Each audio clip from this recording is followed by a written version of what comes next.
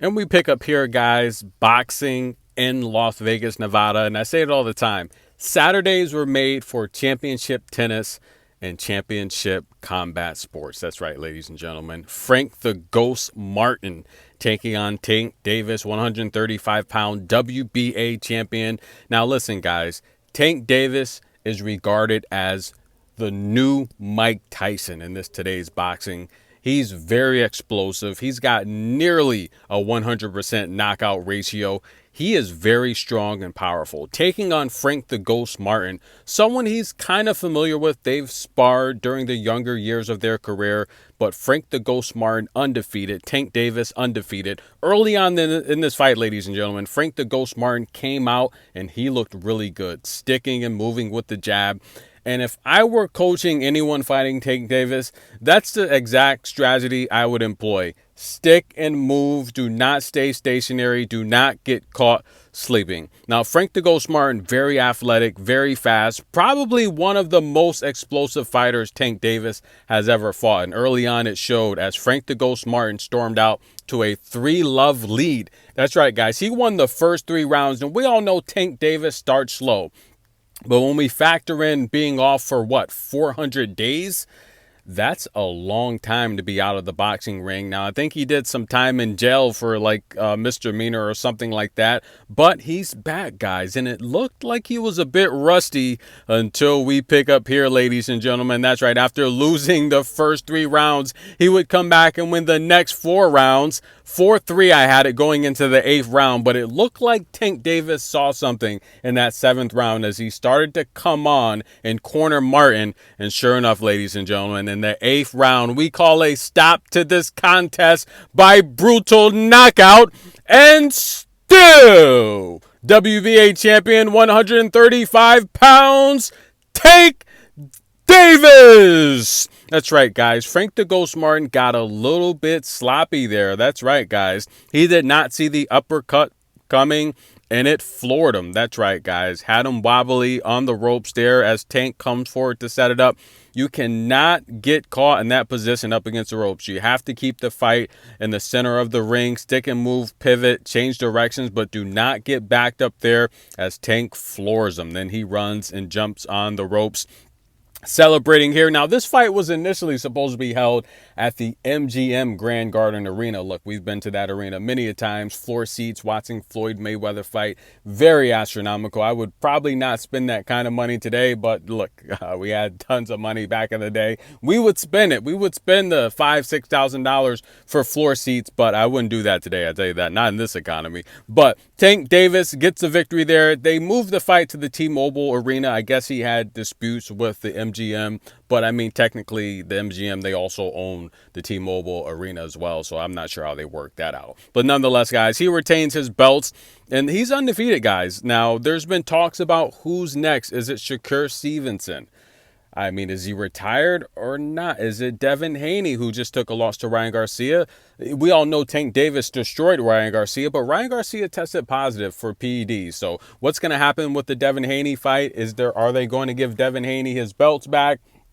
Well, technically that wasn't for belts as Ryan Garcia came in overweight. So Haney has his belts. Well, are they going to give him his O back? Will he get his O back? That's right, because he took the loss in that fight. But listen, PEDs, there's no use for them in professional sports. If you can't compete, don't compete. I understand there's a lot of money at stake, but guys that are cheating, it needs to stop. And we all know this is a tennis channel, but we do have a huge following here, fans that like fights and boxing. Let's talk about tennis for a minute. There's a lot of dirty stuff going on in tennis, and I can see it. I'm telling you, I can see the players that, playing certain opponents their whole lives, they just haven't done well against. Now they're just dominating them. The strength increase. It's just, players that had stamina issues. Now it's just, there's a lot going on in tennis. I do think players are actively using PEDs. You can tell. It's obvious.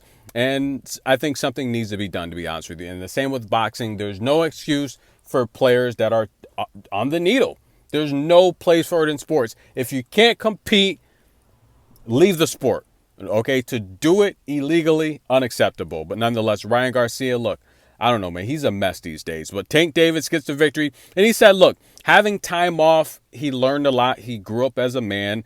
And he look, beautiful words in this post-match interview. He gave credit to everyone. He said, thank the fans for coming out. Everyone that bought the pay-per-view. Everyone that helped put on the event. Thank you to them. And it was a success, Tank. I'm anxious to check the pay-per-view numbers. Tank Davis is possibly the biggest draw in boxing right now, along with Ryan Garcia. But hats off to Frank the Ghost Martin. Tank Davis had nothing but good things to say about him. And this was it right here, guys. And actually, Jim Gray said it was the left that caught him. And Tank Davis said, God damn, no, it was the uppercut. He knows. And sure enough, it was the uppercut. That's right, guys. Coming forward here. And this is it, right? The left uppercut that wobbled him, and then boom, he just finished him off. There was it. Now you could see in the 7th round, Tank Davis started to come on. He landed his busiest. His busiest round was in the 7th, where he landed actually over 30 punches, and then you knew from there he was about to go bye bye, ladies and gentlemen. So what's next? Jim Gray hinted to Lomachenko.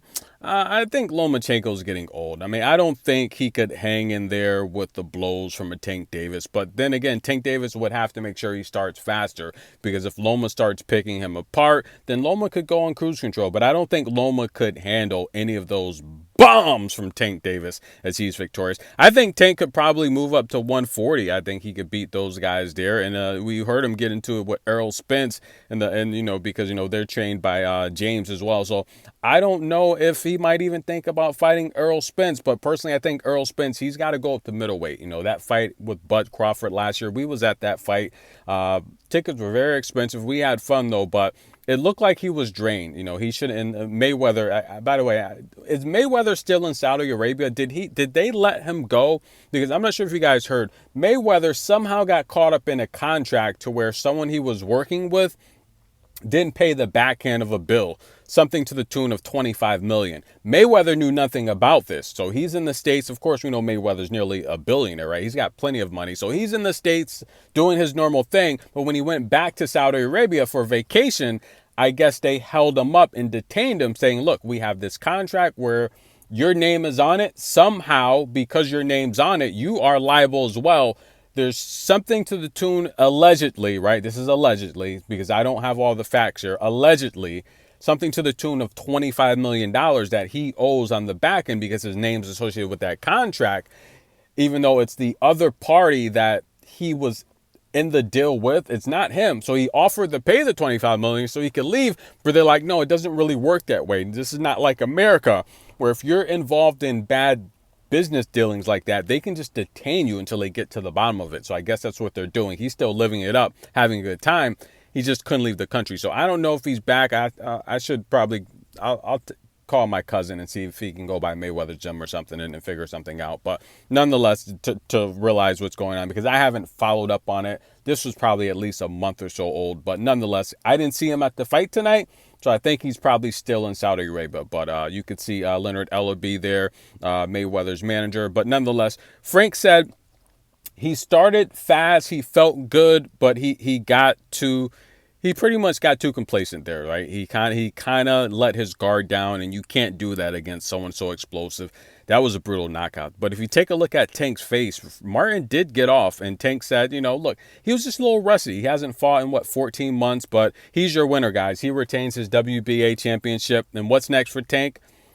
Why not Shakur Stevenson? I don't think Devin Haney can hang with him. I think Tank is too strong. We're not going to see a Ryan Garcia match. Tank destroyed Ryan Garcia. I would like to see Shakur Stevenson. I do think Shakur is probably the best fighter out there aside from Tank, but he didn't look good his last fight. So he's really got it, and he's talking about retiring. Once you start talking about leaving the sport and hanging it up, I don't know, man. Once you have one foot out the ring, that's not a good idea, especially in a combat sport. You know, it's just not.